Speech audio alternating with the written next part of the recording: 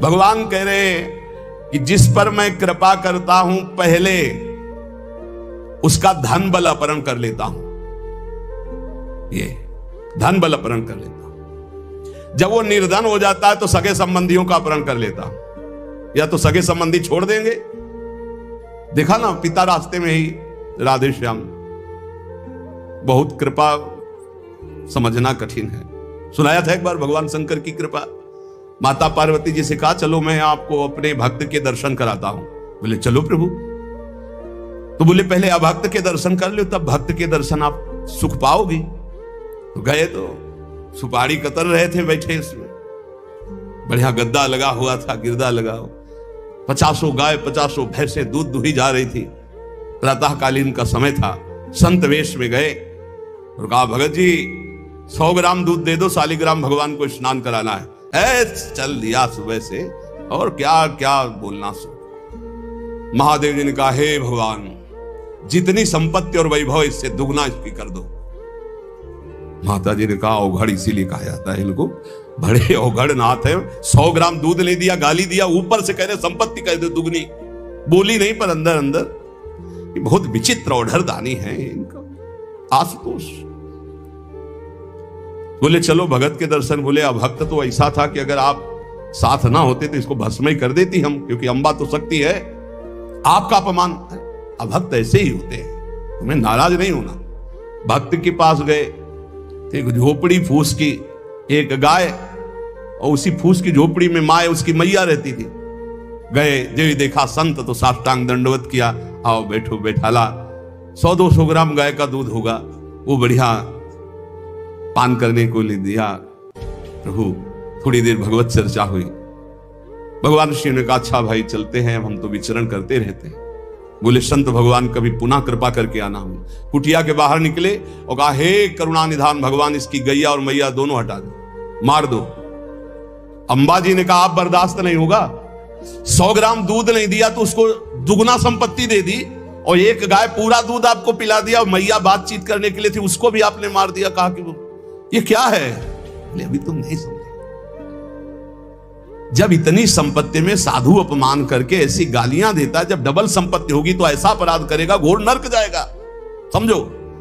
और इसका कुछ मन मैया में जाता है, कुछ गैया में जाता है। दोनों भगवान के पास गए, अखंड हमारा चिंतन करेगा या हमें लीन हो जाएगा। माता जी का ये बात तो सही। तो बोले जिस पर मैं कृपा करता हूं इस माया प्रपंच से उसे अपने स्वरूप में स्थित करता हूं। वो जरूरत देखो, जरूरत है। ऐसा नहीं कि एक बुखार की दवा सबके साथ चलेगी। बुखार की भी क्वालिटियां हैं, समझना। मलेरिया है तो उसके लिए अलग, डेंगू है तो उसके लिए अलग, साधारण वायरल है तो उसके लिए अलग।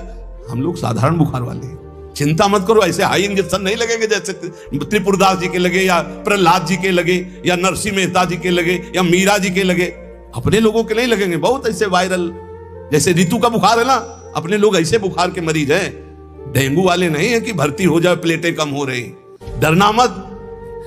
अलग अलग बुखार की जैसे दवा, ऐसे अलग अलग भक्ति की स्थिति की परीक्षा होती है। अब इसकी स्थिति क्या होगी वो तो जगत पावन करने वाले भगवान ये देखते हैं। बहुत सुंदर बात है ये, अगर समझ में आ जाए। भगवान अंधकार का नाश कर देते हैं, भगवान स्वप्न का नाश कर देते हैं। ये सब स्वाप्निक जगत है। अब मोह ममता से युक्त इसलिए डर जाओगे, तो हम कह रहे हैं तुम्हारे साथ ऐसा होगा ही नहीं, क्योंकि तुम उतनी स्थिति के ही नहीं हो। डरना मत, सच्ची मानिए। क्या चक्रवर्ती सम्राट अम्बरीश जी भगवान के भक्त नहीं है? ध्रुव जी भगवान के लिए भजन करने के लिए गए तो आज ऐसा पद मिला कि त्रिभुवन में किसी को नहीं।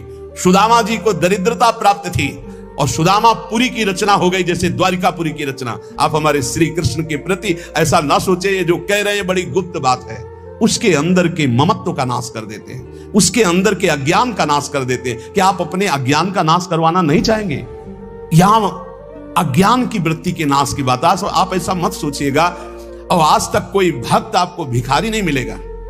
आप ध्यान दीजिएगा, पुरुष से लेकर के जहां दृष्टि डालिए, जहां भक्तों को तो आपके 4 घर में लोग होते हैं, उनके भोजन की व्यवस्था में आप चिंतित रहते हैं, समझ रहे? जब हम मांग के खाते थे तो भूखे रह जाते थे, और जब भरोसे पे हैं तो 300-400 लोगों का बाल भोग, राज भोग और शयन भोग अपने आप हमारे प्रभु पूरा करते।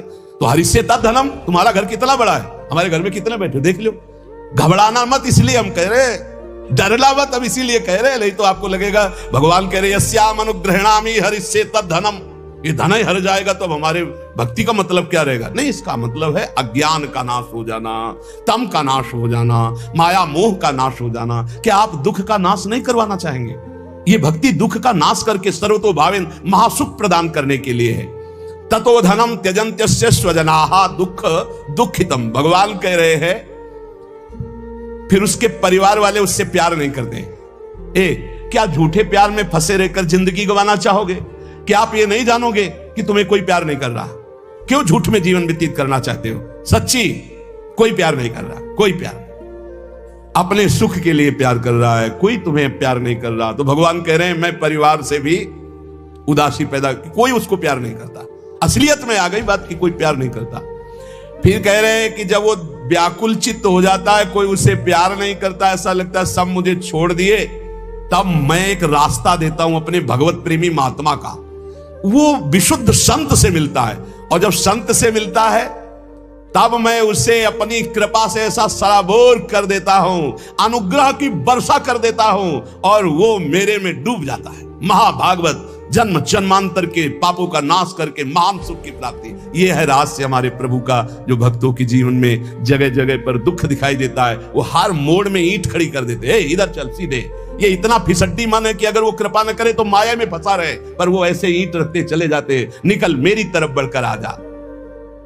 अब त्रिपुरदास जी बाजार गए तो बेचिके बाजार यो रुपया एक पायो, ताको ल्यायो मोटो थान मात्र रंग लाल गाइए, भीजो अनुराग पुनि नैन जलधार भीजो, भीजो दीन ताई धरि राख्यो और आइए, को प्रभु जन आए सहज दिखाई दई, भई मन दियो ले भंडारी पकड़ाइए, काहू दास दासी के ना काम को पे जाऊं लेके, बिनती हमारी जू गुसाई ना सुनाइए।